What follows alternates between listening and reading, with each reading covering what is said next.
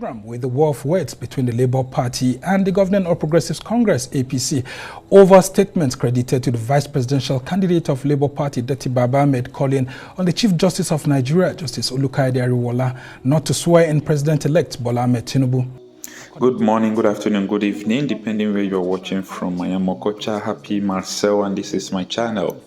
A few days ago, the running mate of Mr. Peter Obi of Labour Party, Dr. Baba Dati Ahmed, made a controversial statement that said that Tinubu should not be sworn in, that he is not a legitimate president-elect.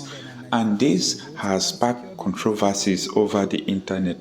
Today, the spokesperson of the Labour Party and also the APC came to Arise Television to discuss about the matter in a heated argument. It might interest you to watch the video to the end. Well, joining us in the studio is a member of the Labour Party Presidential Campaign Council. He is actually the spokesperson, one of the spokesperson of the LP, Kenneth Okonkwo. He's also a lawyer and politician. Arise News had also extended invitation to the All Progressives Congress through Festus Keyamo and, of course, one of the party's members in the media directorate of the APC campaign, Ni Akinshiju, who all promised that they will be made available, especially Ni Akinshiju, that he'll be made available right here. And Keyamo declined to be on the program, but we'll just have to go ahead with one of the parties that we have here. So good to have you, Kenneth Okonkwo, join us on the program. Yeah, thank you very much for inviting me, and thank you viewers at home for tuning in. Yes, the APC says you're overheating the polity, and that some of your supporters have been calling for an interim government, while your vice presidential candidate, Dati Baba Ahmed, is asking the CGN not to swear in President-elect Bola Ahmed Tinubu. And the controversy continues despite your filing a case at the Presidential Election Petitions Tribunal, and the governing party saying that if you're in court, why are you making, quote, incendiary statements here and there? How would you react to the APC? Good. First of all, Professor Mahmoud Yakubu promised Nigerians that he is going to organize the presidential election and the gubernatorial and the legislative elections, and that the results will be uploaded in real time from the polling unit via the beavers. He did not do it, and he has acknowledged he did not. According to him, there were flaws. Now, the APC, before the election, warned all the non-APC members who were not going to vote for APC not to come out to vote. It is open. They warned the non-indigens. As a matter of fact, they even invoked Oro Festival to make sure they frustrated everybody. It's on record. And then they were not heating up the polity.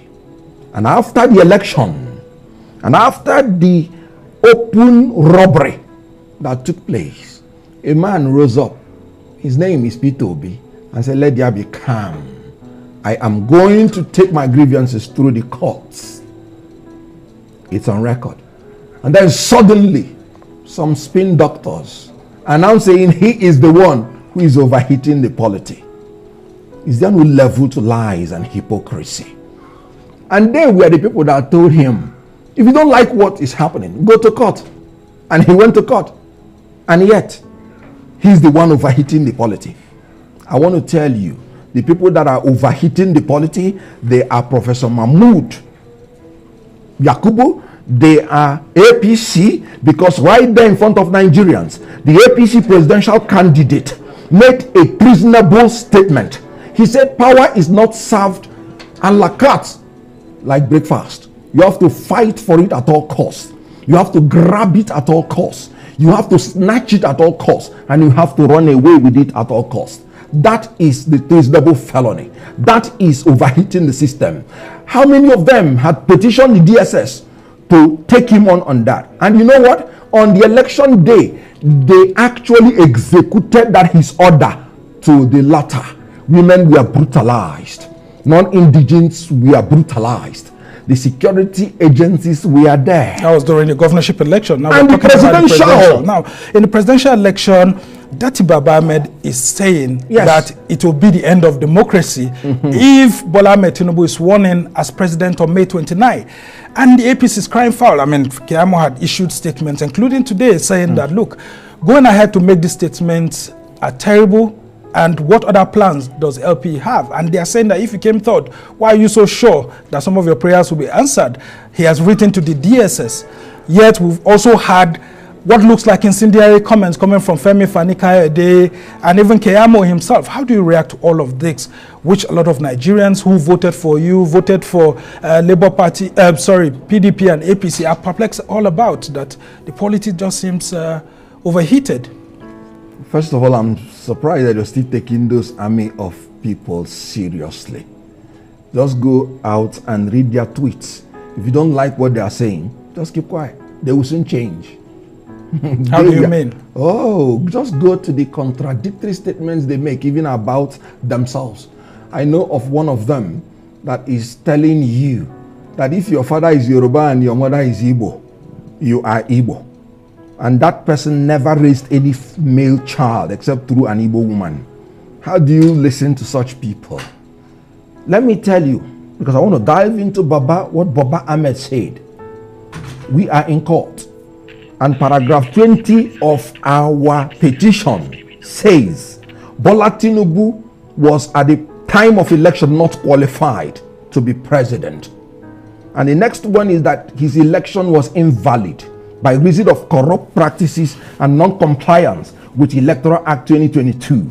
And the last one was that he was not validly elected by the majority of the lawful votes cast at the election. Now, a man who has this position and is in court, what do you want him to say? Can he approbate and reprobate? He's simply telling you that in his own opinion, which he's entitled to by section 38, section 39 of the Nigerian Constitution, which gave him freedom of thought, freedom of expression, freedom of belief to express his thought the way he wants. And he was in the studio saying it, not in the forest with guns. He was not a rebel. He was simply expressing his thoughts. He has not told anybody to carry gun. He said, in my opinion, if you are not supposed to swear this person in, and that is why we're in court. So why don't you allow the court process to be concluded before making some of these statements? Because that's what the other party is saying, that then you can't be in the court and be on the streets at the same time. Then why did you invite him to tell him what is he going to court for? You are the one who invited him. You asked the question and he gave you the answer. So what do we say?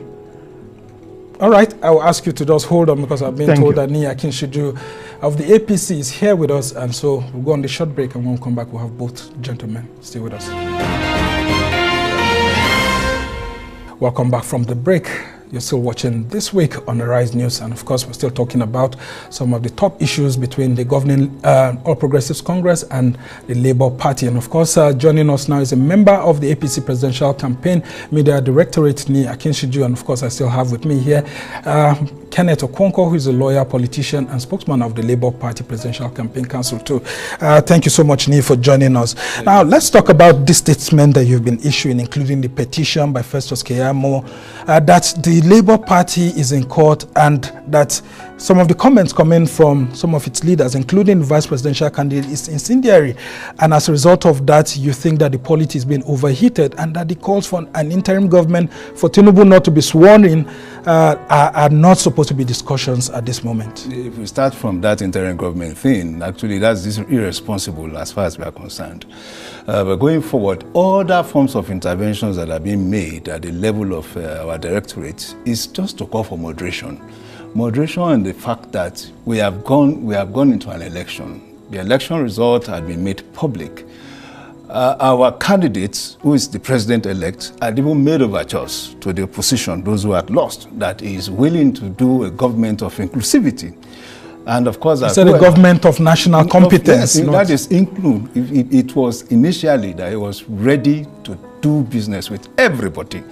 Then 2 or 3 days after he made that public announcement, opposition losers headed to the courts, And after a while, he had to come out with a principled position to say, no, this is what, it is not as if he was pandering as a result of a blackmail. This is what he desires going forward, And since then, we've been hearing, you've gone to court, you issue press statements, you grant interviews, and you keep virtually blackmailing anybody that was not with you. And we thought that is not appropriate. But they said that they were taking the cue from what happened during the governorship election, especially in Lagos. The accusation is that Tinubu was quiet when all sorts of violence were happening and all of that, only for him to call for people to remain calm after the elections had happened. What sorts of violence did we record in Anambra during the presidential election? What manners of suppression of voters did we record in Enugu during the presidential election? And even during the gubernatorial election, this thing is not about seeking fault.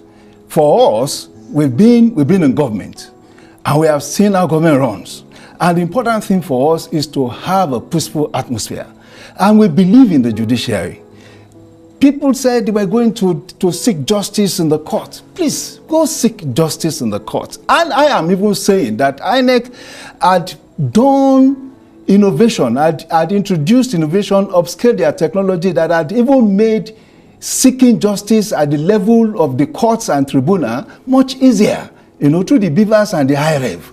So when you have all these things in place, it's not like before. If you were in Nigeria, 1999, 2003, 2007, 2011, when you could get ballot papers, thumbprint them, stuff them into a ballot box, and they'll be counted without anybody being accountable for it. All right. Now, the case is different now. So when it is different, why don't we allow for the judicial process to end, to be concluded, and then we know who exactly is at fault here. Okay, so is there no room for reconciliation among all political leaders to allow the judicial process to prevail? What do you make, Kenneth Okonkwo, about these allegations of incitement by Festus Keyamo? Because I'm seeing a statement written by them. He says, on many occasions after the declaration of Tinubu as the winner of the election, his public speeches and utterances have centered on reconciliation, forgiveness, and a greater vision of Nigeria. Do you believe that statement? The statement is flat lie. And I'm sorry to say, just like Niyi has just made his well-known bombastic lies. He said Enugu, he said Anambra. He didn't mention one example. MC Oluomo told anybody who does not want to vote for APC not to come near the polling unit. And he fulfilled the threat. In Lagos, a lady was blinded and she still went back to vote. Presidential election. She was hit. She's not fully blinded, good, actually. Fully. And she still went back to vote. Lagos. And the Igbos, we are told not to come out in Lagos openly. It is there. Let him cite one. I'm from Enugu. I voted in Enugu. Let him cite one or two specific incidents. Time has gone for all those, throwing up statistics that are non-existent. And now, I told you, after the election, you know what Bola Tinubu said? The Igbos came to Lagos when they were 12 years. And now they are not voting for us. This is supposed to be conciliatory. I said if there is anybody that should be taken to the DSS, the person is Bola Ahmed Tinubu. And I told you before he came that he came out openly to tell his followers, power is not served a la carte. Then what is democracy? If power is not served a la carte, the whole idea of democracy is peaceful transition of power from one person to the other. And you're telling your people, fight for it at all costs, grab it at all costs, snatch it at all costs. But that statement was made as early as last year. No, before the presidential election, during the Chatham House statement.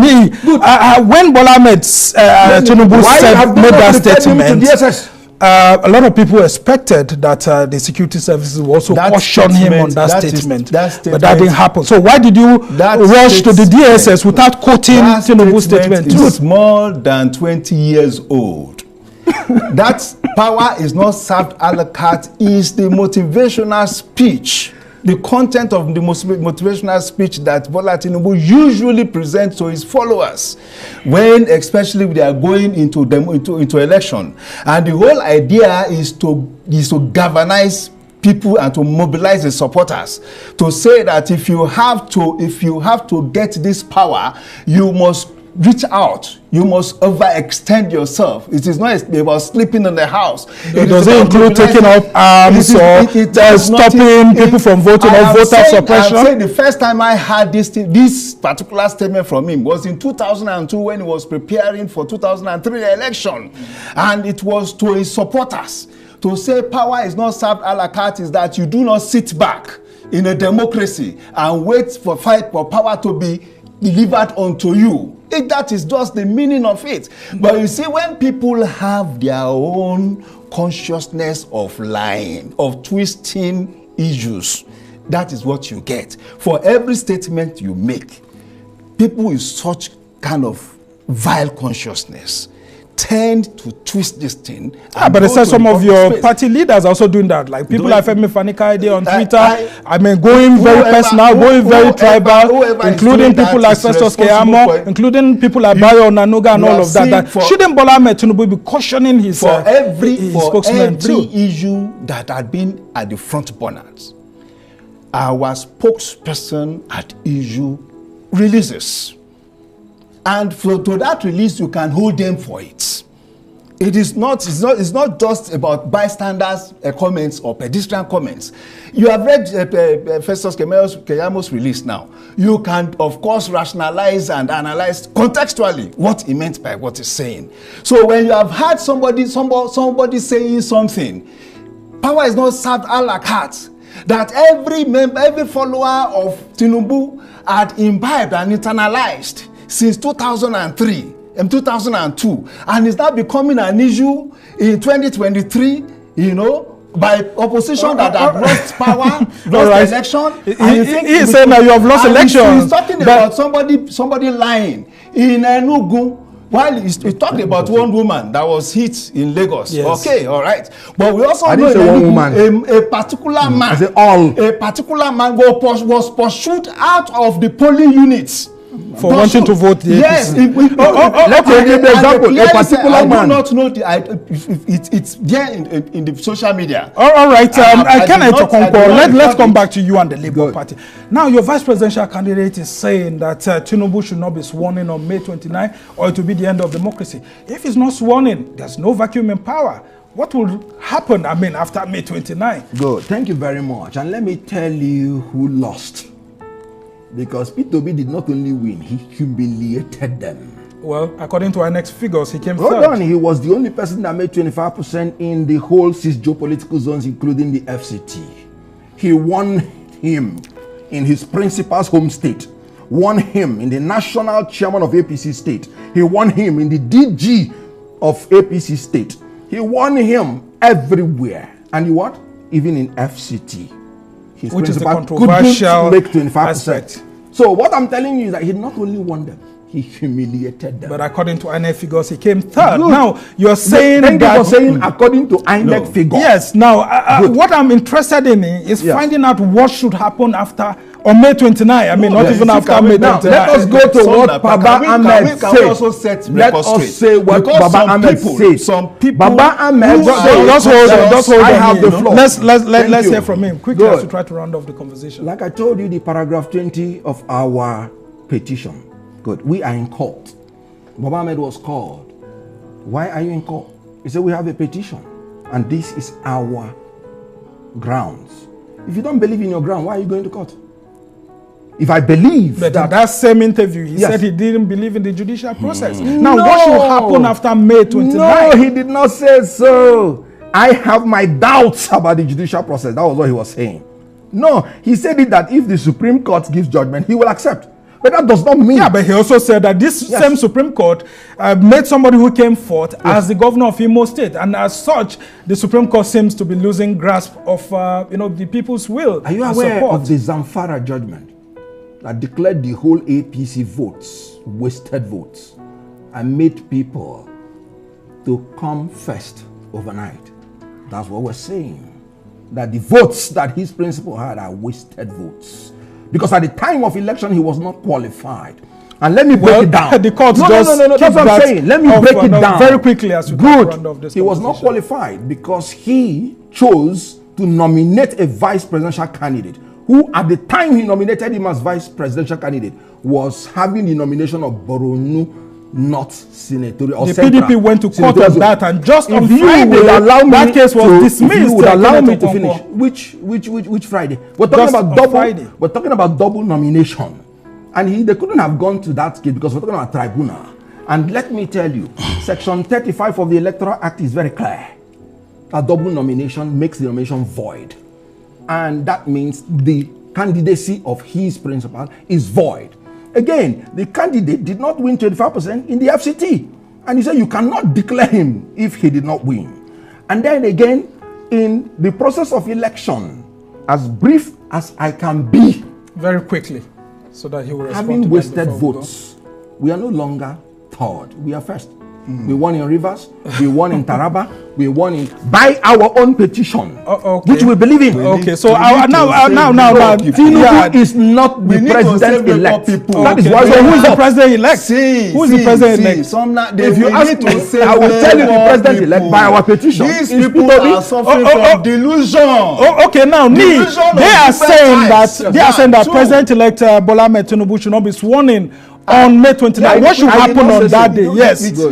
I mean, Dati Baba Ahmed said so. So what do we do on that day?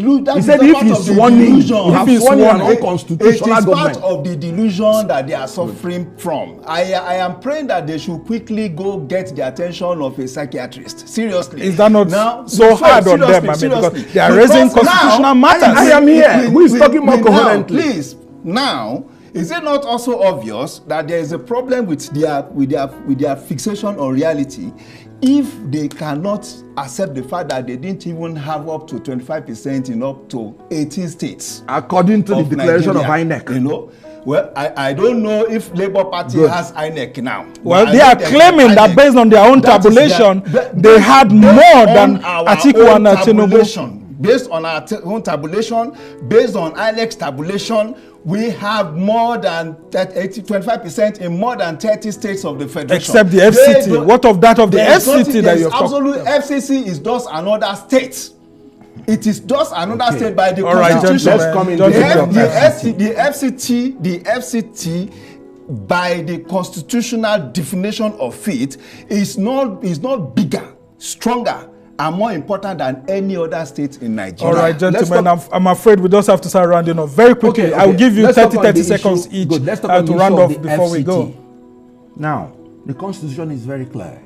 Before you are declared the winner, you have to have the majority vote and 25% in at least 2/3 of the states and the FCT. The words of the Constitution is very clear. FCT is not a state in Nigeria. Well, there's a Supreme Court judgment. No, he said in Section 299, he said in interpreting the Constitution, in interpreting the Constitution, the FCT should be treated as a state. But let me tell you, in Section 299, he said the president of Nigeria is the governor. Yes. Good. Is there any governor that will be declared governor in his state without winning 2/3 of the 25% in 2/3 of the local government? And then you're telling the governor of FCT that is not supposed to have 25%. Where did you get that from? The Constitution is very clear. If you're a citizen of FCT, you want to be discriminated against. No, the person that should be your governor should have 25% of your consent before being your governor. Well, these are issues that are left for the court. So your own 30 seconds, before you go. Kenneth Okonkwo, let's just have give him very quickly as we allow you to go. Yeah. It is simple.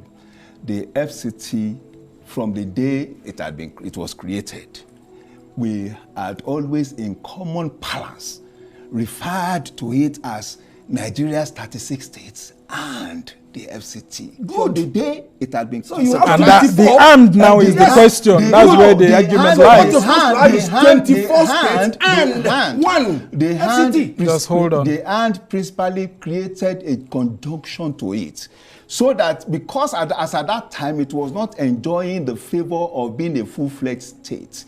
So therefore, if you are doing something across states, you will have to consider it as part of the 36 Okay, so but with the new Supreme Court judgment, you are saying that it's now a state. It should be treated as a state, not as a super state. Well, these are some of the issues that, I mean, we dominate the presidential election petitions tribunal. I've been trying to avoid going into those issues so that we don't go into the legal grounds. But of course, gentlemen, I am not a lawyer. It's the lawyer. You're a lawyer. You understand some of the issues. But our own appeal as journalists is for you to ensure that the rhetoric that's going out there doesn't lead to violence. Of course, there can't be vacuum in power. So by May 29th, something must happen. It's left for the courts and then for the authorities to decide. But we must thank you so much, gentlemen. That is why you just have to advise them, APC. We must thank you, gentlemen. Nigeria will celebrate the inauguration of Bola Ahmed Tinubu. Akinsuju is a member of the Media Campaign Directorate of the APC Presidential Campaign Council. And Kenneth Okonkwo is the spokesman of the Labour Party Presidential Campaign Council. The debate continues on this.